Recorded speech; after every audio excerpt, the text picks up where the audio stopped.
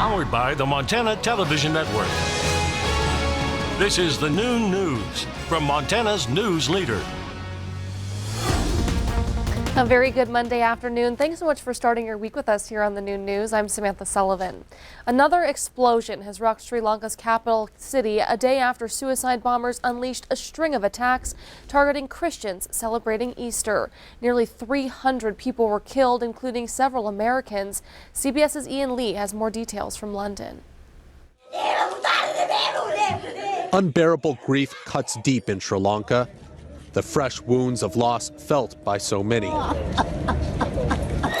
Suicide bombers spread a wave of terror across the country on Easter Sunday in coordinated attacks on churches and hotels.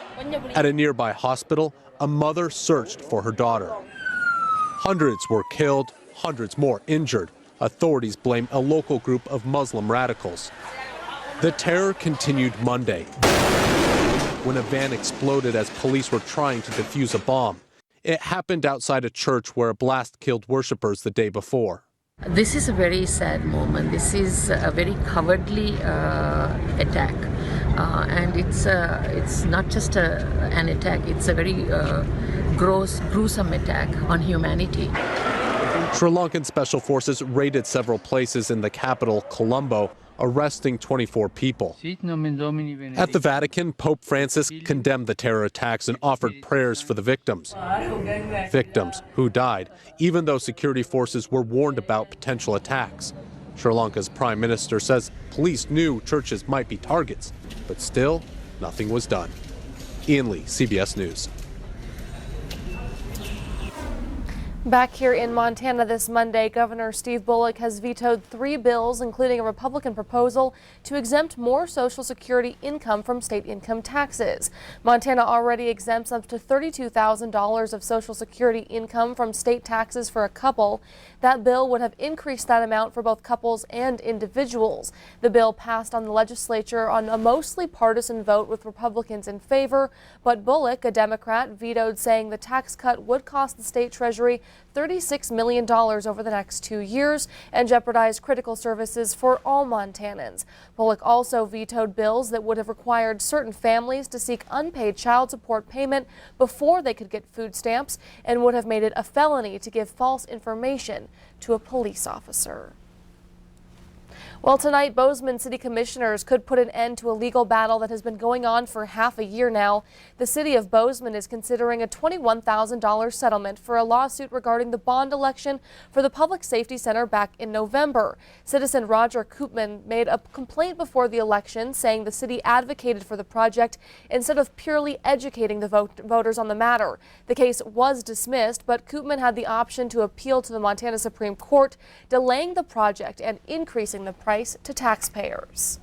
And quite frankly, we just, $21,000 is a lot less expensive than the $2 million that is annually, and just the time and energy that we've put into this project, and the voters have approved it. We feel like we have them. We need to go, and we need to make sure this project gets going. Now, if the commissioners approve the settlement, the project can move forward immediately.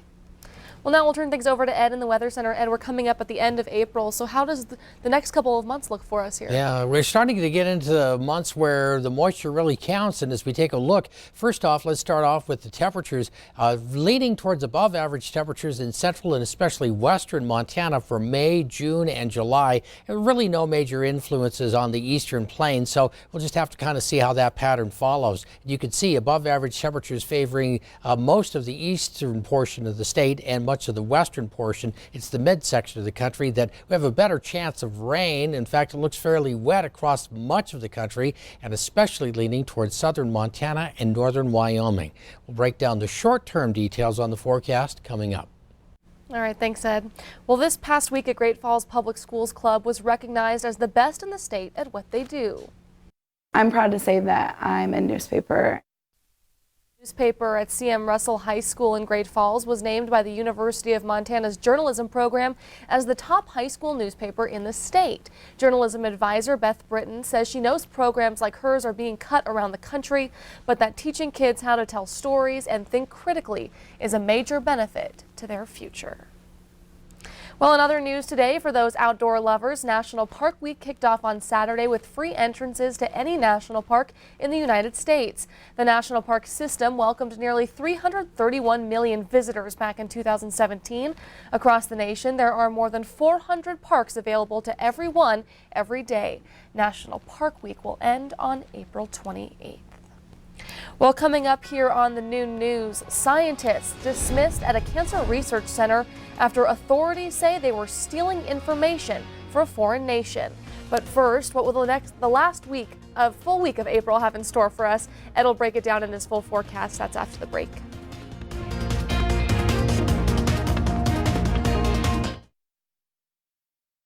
You're watching MTN News with Samantha Sullivan, Storm Tracker weather with Ed McIntosh, and Farm and Ranch News from the Montana Ag Network. This is the noon news on Q2, Montana's news leader.